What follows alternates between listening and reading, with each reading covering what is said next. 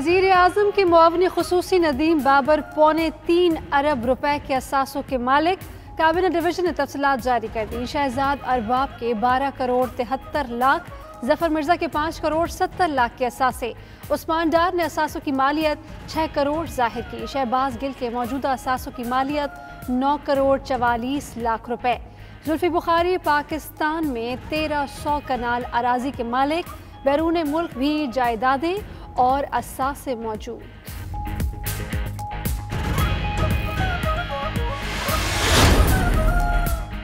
वज़ीर आज़म के 15 मुआविनीन ख़ुसूसी में से 6 दोहरी शहरियत के हामिल।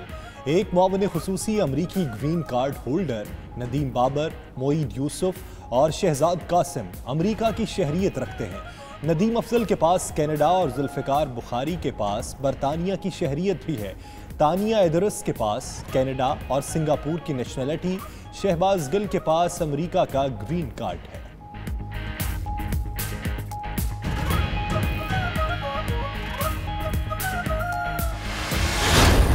एक सिस्टम ऐसा बना हुआ है, वो उसके अंदर एक इनबिल्ट बन गया है कि किसी ना किसी तरह आसानी से किसी को काम नहीं करने देना। और मुझे पूरी तरह अंदाज़ा कभी भी नहीं, जब हम बाहर बैठे हुए थे, जब गवर्नमेंट से बाहर होते हैं, तो मुझे ये अंदाज़ा नहीं था। हम भी सोचते थे, हाँ नज़र आती थी करप्शन है हर जगह, पैसे दो तो काम हो जाता है, नहीं तो नहीं होता। साजिशी थ्योरीज दम तोड़ गई। वज़ीर आज़म इमरान खान के वज़ीर आला पंजाब उस्मान बुज़दार को थपकी। वफाक की पंजाब हुकूमत को हर मुमकिन ताउन की यकीन दहानी। वज़ीर आज़म ने लाहौर में क़ायद आज़म बिजनेस पार्क का संग बुनियाद रखा।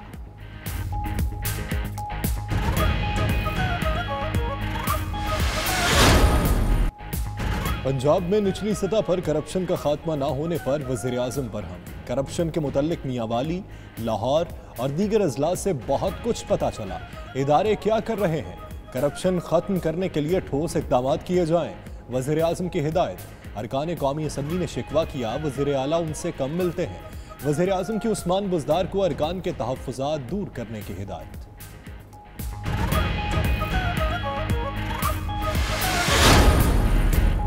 PIA के 17 पायलट्स के लाइसेंसेस मनसूख। 3 कप्तान और 5 फर्स्ट ऑफिसर्स शामिल। लाइसेंसेस मनसूखी के बाद पायलट्स को फारिग किया जाएगा। सफाई पेश करने के लिए 2 हफ्ते की मोहलत। कैप्टन याहिया मुसव्विर, सकलैन अख्तर, उज़ैर जावेद, वसीम अख्तर फहरिस्त में शामिल। एयर होस्टेस शुमाइला मजीद का लाइसेंस भी मनसूख। गरीब आवाम पर जिंदगी तंग। बिजली बिलों में 65 रुपए का इजाफा। बिल में शामिल PTV लाइसेंसेस फीस 35 रुपए से बढ़ाकर 100 रुपए कर दी गई। फीस में 3 गुना इजाफे पर आवाम सरापा एहतजाज।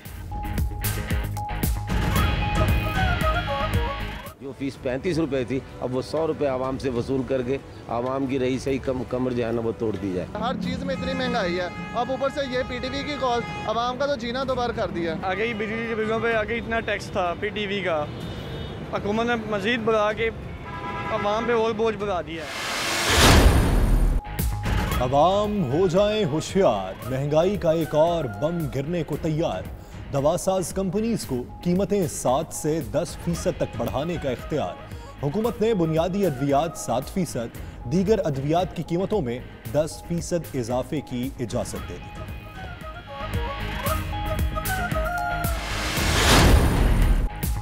बारिश ने कराची का हुलिया बिगाड़ दिया। घरों में पानी जमा, गलियों से भी पानी नहीं निकाला जा सका। सिविल अस्पताल के इतराफ सीवरेज निजाम तबाह, गलियां तालाब बन गईं, गंदगी के ढेर लग चुके। बानिए पाकिस्तान की रिहाइश वजीर मेंशन भी हुकूमती अदम तौजही का शिकार। बारिश का पानी वजीर मेंशन के अतराफ बदस्तूर जमा। ओल्ड सिटी एरिया में निकासी आब का निज़ाम बुरी तरह तबाह हो चुका।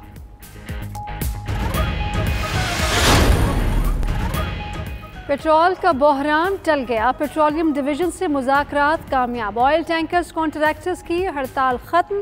किरायों और टैक्सों पर पीर को FBR और सूबाई हुकाम से मुज़ाकरात होंगे। ऑयल टैंकर्स की हड़ताल के बायस मुल्क भर में सप्लाई भी मुतासर हुई।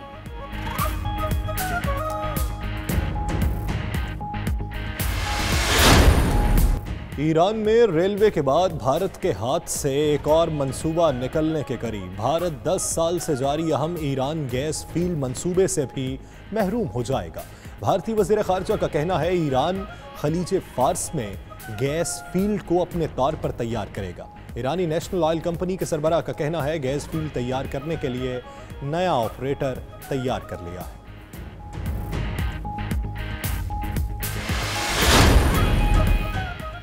पाकिस्तान ने भारत को तालीमी मैदान में शिकस्त दे दी। स्क्रैबल मुकाबले में पाकिस्तानी तलबा ने भारतीय तलबा को हरा दिया।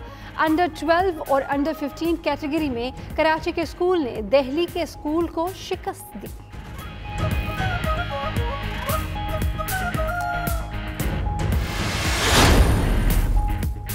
इंग्लैंड और वेस्टइंडीज के दूसरे टेस्ट का तीसरा रोज बारिश की नजर। पूरा दिन एक गेंद भी नहीं फेंकी जा सकी। इंग्लैंड की टीम ने पहली इनिंग्स 469 रन बनाकर डिक्लेयर की।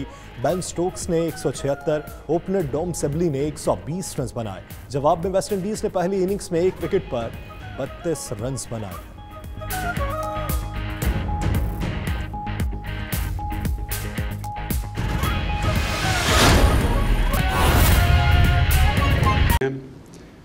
स्पेशल इकोनॉमिक जोन्स आपने जो 9 बनाए हैं अब तक, और ये जो आप इंसेंटिव्स दे रहे हैं बिजनेसेस को, ये बहुत बड़ा कदम है सही डायरेक्शन में। हमारा जो किबला है वो अब तक शुरू हुआ था 60s के अंदर इंडस्ट्रियलाइजेशन के ऊपर, और हम बाकी खिते से आगे थे, और आहिस्ता आहिस्ता हम पीछे रह गए और जो एशियन टाइगर्स हमारे से आगे निकल गए। सिंगापुर जो कोई सोच भी नहीं सकता था कि वो कोई इतना बड़ा हब बन जाएगा इकोनॉमी का, वो हमारे देखते देखते वो भी एक 50,000 पर कैपिटा इनकम है आज सिंगापुर की। उसकी वजह ये है कि उन्होंने प्लानिंग की थी।